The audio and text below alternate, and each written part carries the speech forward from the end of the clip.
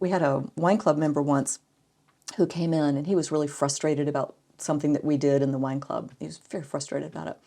And so he explained to me why he was frustrated about it, and I explained to him why we were going to continue to do it that way. So Yeah. I'm so sorry. And so I said, you know what though? I don't think that we're the wine club for you. Yeah. And that's fine. So I can give you 3 other places that work like you need it to work.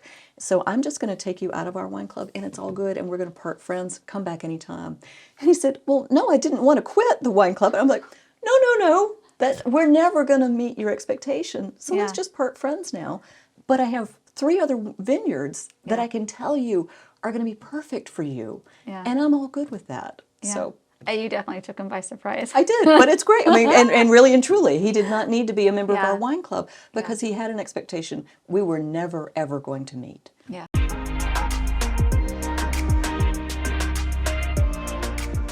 So tell me a little bit about your business and how you got it started. Okay, so I'm one of the owners at 868 Estate Vineyards out in Hillsborough, Virginia. And there were originally 3 families that sort of came up with the idea for a project. And I will say that this is with my husband, this was not my idea. So my husband is a lawyer, and he works many long hours, and he doesn't have any hobbies.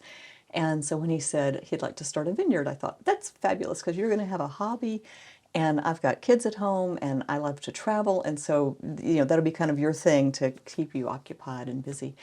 And it turns out that he continued to lawyer, and there was a need for someone to come in and manage a lot of the day-to-day business part of the vineyard. And it's a perfect fit for me and for what I like to do and for my interest and talents. And so it's been a great place to be. So So it's kind of like one of those things where, like, for me, I'll like start a project and then just kind of hand it off to somebody else to let. yeah, pretty much like that, but in a really good way. It's not a You're bad happy about project it, that I yeah. got handed, but it was not on my radar that this is what I was going to be doing. But we're 12 years in now, and my last child is in college. I was going to say, how are the kids? yeah. Are they involved in it at all? Everyone has worked for the vineyard at some point, Okay. as a barback or as in the kitchen, because at the time we also had a restaurant there. And so each child has worked there. I have 3. And nobody's been fired more than once, Wonderful. so, but, so it's been really good. And it's 120 acres. It's in the country, Yeah. and we live in Herndon and have a normal suburban life. And so it's very nice for my children to have had the Escape. opportunity to ride ATVs and to hike through the woods on property and to do all of those things that is more like I grew up doing. I grew up in Mississippi, and so there was a lot more opportunity for those sorts of things than some of the kids have around here. And it's tax deductible. Yes. Yes. So you said 1 to 3 families, right? Yes. So the other 2 families, how did they get involved and why did they get involved? So my husband Peter worked for a long time at a firm with a woman by the name of Wendy Sharon, and so Peter and Wendy wanted to go into business together. So it's the Delisos, my family, and the Sharons, Wendy and her husband Chris, and then along the way they found our first winemaker, Carl DeMano, and so his family was also a part of the business of the vineyard, even though he's no longer our winemaker. But it's been really a lot of fun, and it's worked well because what you have is my husband Peter, who handles the business end of things, and me, I'm the general manager, so I run the day-to-day operations. Wendy handles all of our accounting, and her husband Chris is our facilities manager. He was in construction. And then, of course, Carl, who at the time was our winemaker. So everybody had a lane, Yeah, it sounds like it. and you could have opinions about somebody else's lane or their responsibility, but it was very clear who had responsibility for it. And I think that that's really important when you are in a partnership. If 2 people really, really love marketing, then you're going to set yourself up for, okay, who's really in charge? Yeah. And that has not been the case for our team, and that's really nice. I know that there have been a number of other vineyard partnerships that have fallen apart because too many members of the team were interested in the same area of responsibility. It's always marketing too. Yeah, it really, marketing and customer, because it's customer facing, right? Yeah. And that's where a lot of people have a lot of opinions is on how you're going to deal with customers, how you're going to show up on with your brand, how you're going to manage events.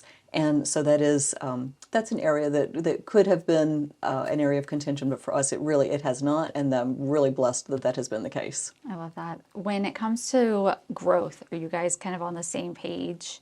I just feel like it would be so hard. Yeah. So it's great that businesses who are not just like the sole owner, they've got many hands kind of making those decisions. Are you guys kind of pretty much on the same path when it comes to growth? I would say yes. And certainly when we started 12 years ago, there was an idea of what the growth was going to look like. And as any entrepreneur will tell you, right, your 12-year-ago self, right, is flexible. It's very, very flexible. And, you deal with challenges that come along and recalibration of priorities and things like that. But as a team, we have been pretty well aligned on that, which is really nice because there's so many variables in the market. And there have been so many variables that it's nice when your team is aligned in terms of how you're going to respond to changes, know. So yeah, it does make things easier. yes, for us, one of the highlights of our journey in this, in February of 2020, we won the Virginia Governor's Cup, which is the highest award you can win in the state of Virginia for wine. And we were down in Richmond at the gala and, pouring wine, and we all looked fabulous, and it was exciting and all of this. And as the marketing person, then the following week, I'm getting calls from journalists in Chicago. They want to come down and they want to, walk the vineyard and taste the wine and all of this. And it's very exciting. And then 2 weeks later, we were shut down for COVID. Gosh. And so, that was like one way that the business had to pivot along with everybody else in the world. And then there are things that are outside our control. There was a road project recently in West Virginia that really impacted people's ability to get to us. To you, yeah. And the best part about all of those things has been our team has worked together on making sure customers know what they are in for when they come to visit us, and that we're all moving the same direction. Yeah. Yeah, no, I was going to say, I think a lot of businesses have either learned to be flexible. I hate the word pivot, but pivot. Right. Or if they haven't, then they've just not survived. Well, and not survived is, I think, in a couple of different ways, right? Because you have to economically survive, because that's how you pay payroll, and that's a very important thing for my staff. But also emotionally survive, right? And that's really hard because it's stressful having your own business, and when you add in all of the outside influences that impact, I mean, you could be doing a good job at what you're doing, and it doesn't matter if they close the road and people can't get to you, right? So I think that it's really, owning your own business has some stress in it, and you have to be able to be flexible, but also be at peace with having to have that flexibility, Knowing it's not going to always go the way that you intended. Exactly. At the beginning, and that it's going to be okay. Yes. Yeah. So. That's what I was going to say. How besides COVID, have there been other challenges, hardships over the last 12 years during this journey? Absolutely. There's certainly hiring staff. I was going to say, that's always everybody says that, right? Yes. Right. And I understand that because that would be my number one too. And when we first started the business, we also had a restaurant, Grandale Restaurant, and which was much beloved by people out in our side of Loudoun County. And with COVID, we closed the restaurant, and then we tried to reopen and couldn't find reliable staff to do so. And eventually, we came to the decision, okay, that's not our primary business, and staffing is making it too hard and too risky to continue that business. So we decided to not reopen the restaurant. And the winery side, we now have a wonderful team. It's been a very stable team for the past 2 years where we've got good management in place, we've got good staff in place, and we do hire some seasonal people, for the summer.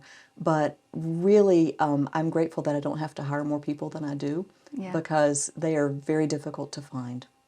Good people. Good people, yeah. Good people who have really a love for the customer, because everybody that I hire in my business is going to be customer facing. Now we have a winemaker and we have vineyard staff, and I'm not responsible for them. And but everybody that is on my team is customer facing, and what that means is they are my brand. They are me on the front line, and so you want them to be excited to be there, and to show up with a smile, and to have a similar approach to a customer as I would if I were behind the bar. And sometimes that's difficult to find. Can you train that? You can train some of that. Like, there's one of the training things for us is when a customer walks in the door, they need to be welcomed. Mm-hmm. Okay, so that's a guideline of behavior, right, for my team, I guess.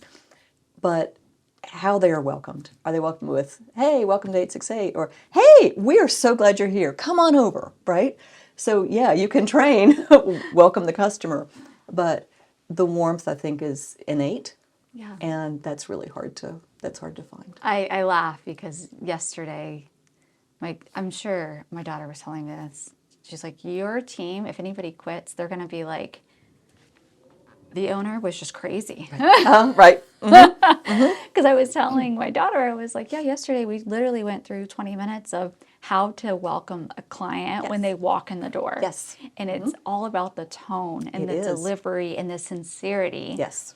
And it's not that somebody isn't sincere. It's more of, you got to project it. Exactly. They have to hear it, feel it. Yes. And so, that's what we were doing yesterday. I understand that. And for us, in the space that we occupy in Loudoun County, there's over 50 vineyards in Loudoun County. We're one, right? And every vineyard is different. Mm-hmm. And that's a good thing, right? And so what I want is for our vineyard to be a reflection of who I am, and for people to feel welcomed no matter who they are. Yeah. We are not a vineyard where we really feel like we have to educate you on wine. If you want to be educated, we can absolutely do that. But what we want you to do is we want you to come and feel like we are a comfortable place to be. Yeah. When my children were small, my husband we were going to celebrate Mother's Day. And so his idea of Mother's Day was take me out to brunch with all three of our children who were boom, boom, boom, right? Our 3 children and me at brunch in a restaurant. And that was so not Mother's Day. So when we started, for me, because it wasn't, it was crazy and chaotic, Chaos. Right?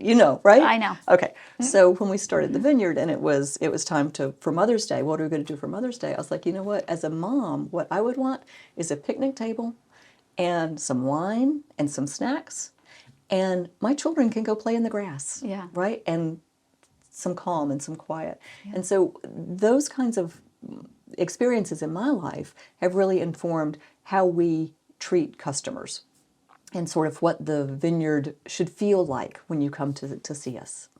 I love that you have such a clear vision of not just what your vineyard is going to look like, but also the client experience. Yes, because that's critical. Yeah. And if that's not the experience that you're looking for, I'm fine with that. I can give you what experience are you looking for? Because I can 49 tell you, options. Right, exactly, and I'm fine with that. Yeah. We had a wine club member once who came in, and he was really frustrated about something that we did in the wine club. He was very frustrated about it, and so he explained to me why he was frustrated about it, and I explained to him why we were going to continue to do it that way. So I'm so sorry. And so I said, you know what though, I don't think that we're the wine club for you.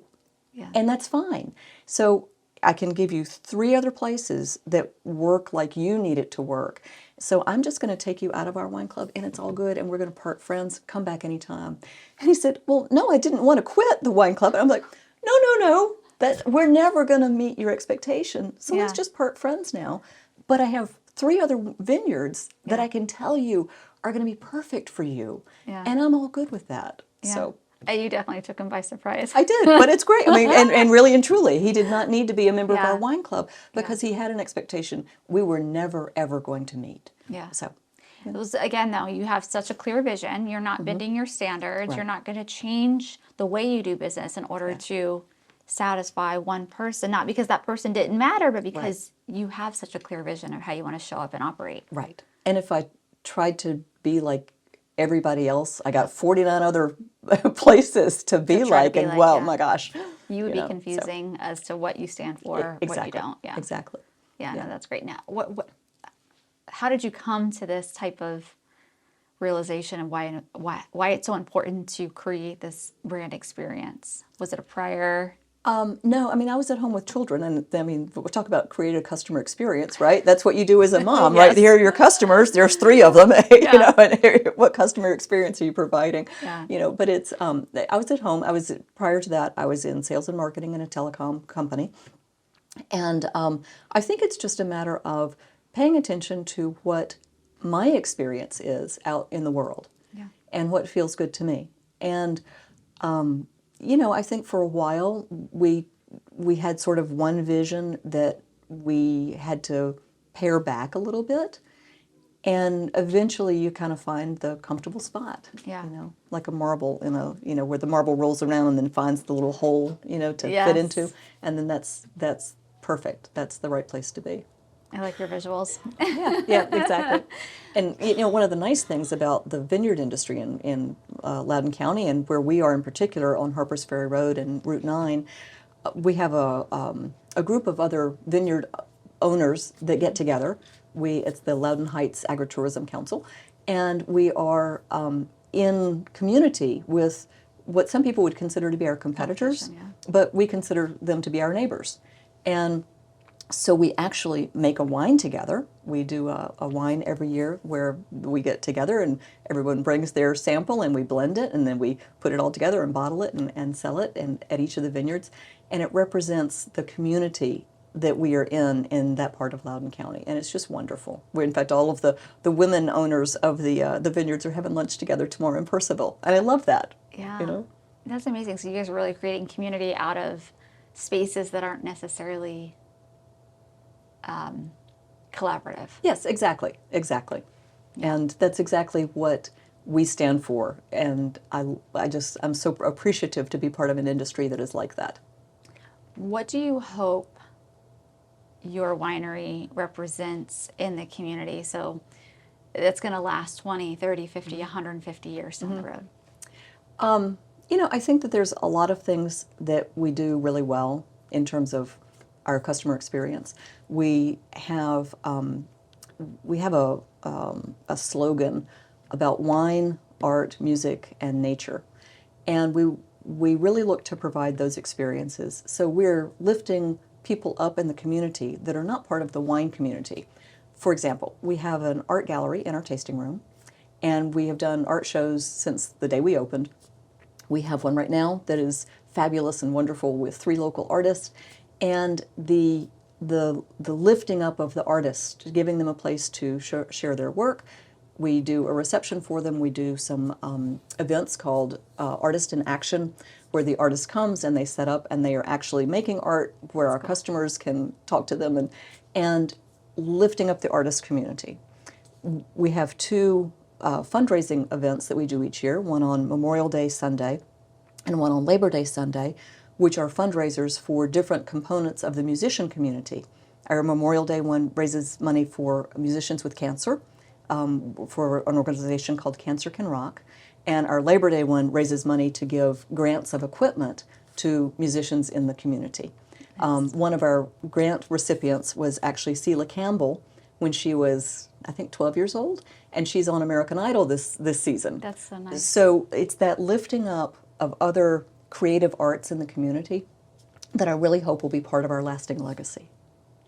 I love that you're consistently showing up for these 2 different organizations, because that's where we always try to pick different ones. Right. But I do actually like Yeah. consistently showing up for Right. a select. Well, and with the fundraisers that are sort of music focused, we have musicians every single weekend, 3 musicians a weekend from May through October, and so we are part of that community of people who are trying to make money, earn a living, or side money in Loudoun County, and I love to see them thrive, and whatever we can do to help them, we are all in on. Why do you hear so much about the musician community? Have you been to a vineyard and listened to music? Yeah. I mean, it's just like, okay, this is an experience. This is part of the ambiance of living in Loudoun, And a lot of our musicians, we have musicians who are school teachers, and God bless the school teachers.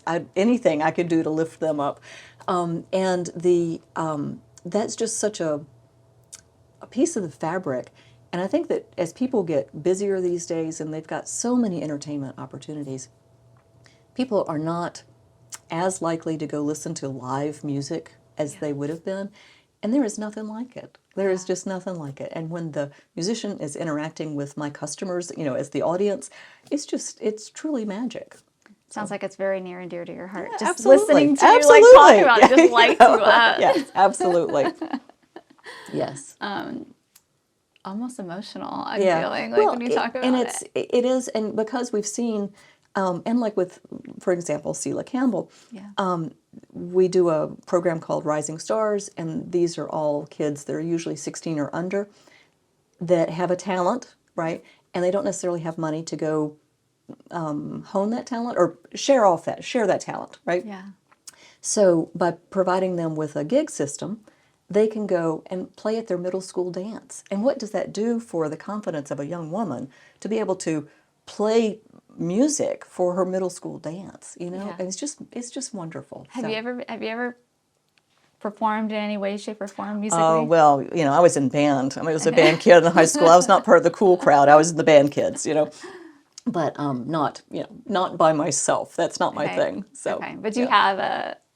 Yeah, I mean, absolutely. I grew up musical. I grew up in, yes, where music was part of my life. Absolutely. And I have a daughter who's a banjo player. So it's weaved in there a little bit. Exactly. So. Where do you see you guys flourishing over the next 2-3 years? So kind of a short term. One of the things that we are really focused on or interested in is, at the moment, we make about 4,000 cases of wine a year. So we have 21 acres of grapes.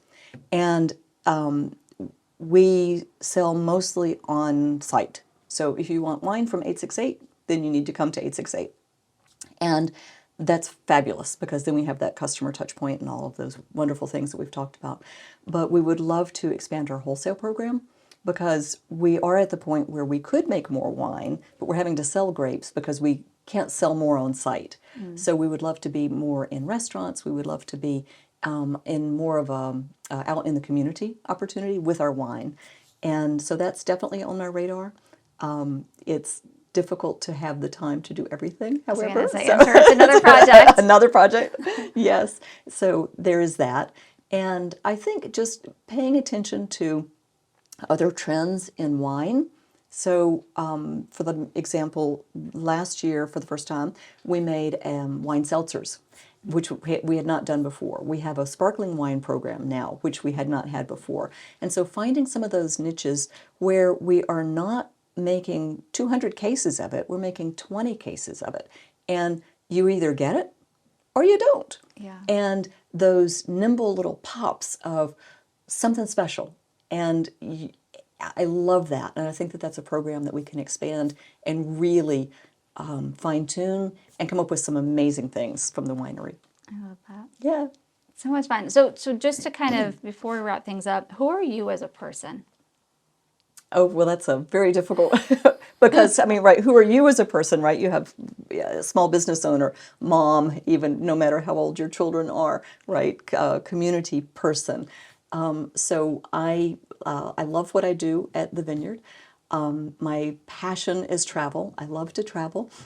Last year, there was a period of time, about 6 months, when I did not possess a plane ticket, and that was very uncomfortable for me. Good news, I have 3 in my hand right now, so I'm good. I'm feeling okay about that. But I love to travel. And I love new experiences, particularly experiences that involve food. There's, for a long time, my husband had a client in Sweden, and he would invite me to go to Stockholm. I was like, no, there's nothing there I want to eat, so why would I go to Stockholm? And then finally, one year, it was like, you got to come to Stockholm. And I went, and I was like, oh, wait a second, it's really delicious here. But places that I'm not interested in the food, I'm not interested in traveling. So that's really, I travel by my stomach, I suppose. And then second to that is all of the landscape and the rest of it. But so that's a passion of mine. I'm active in my church. I'm part of a Methodist church in Herndon. I'm very active in that. And in with my friends. And that's really what, and my children, of course, but they're older and out of the house. So that's sort of wraps up Nancy right there. What's one of the best places that you've traveled? Wow. Let me share with you an experience, okay, which happened to be in Italy. All right, so I love Europe in particular.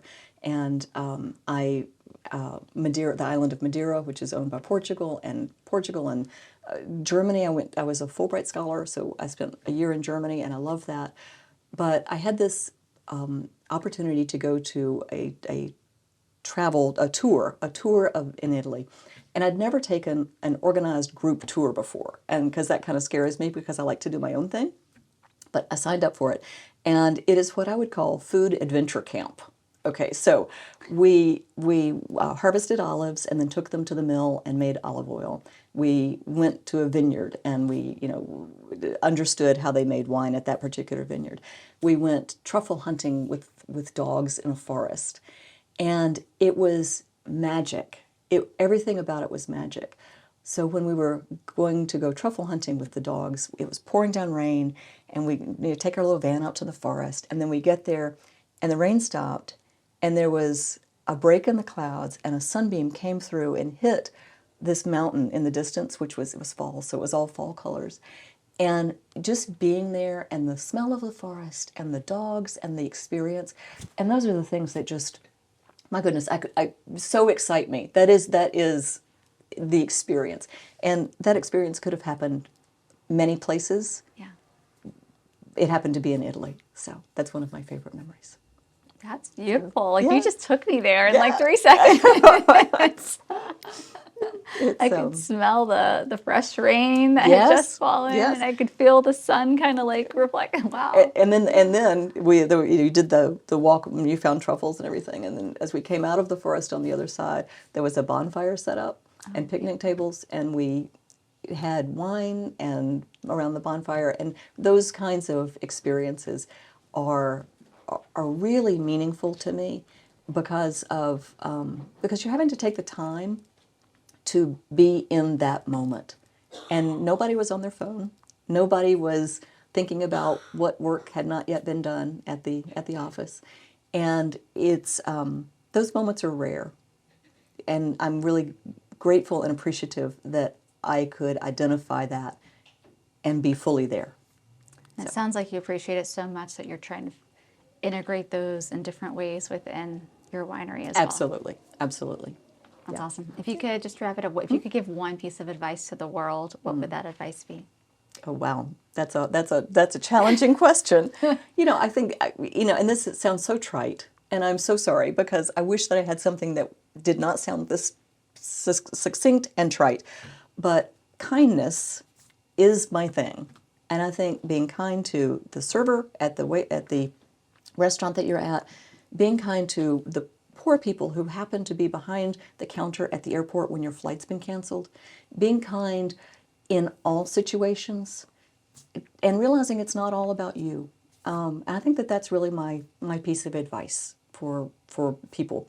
And even if it doesn't make your situation better, it maybe has made somebody else's situation better, and that's enough. That should be plenty. That's beautiful. Thank you so much Yes. for being on the show and Thank you. sharing your beautiful stories. Thank you so much for having me. It was a delight.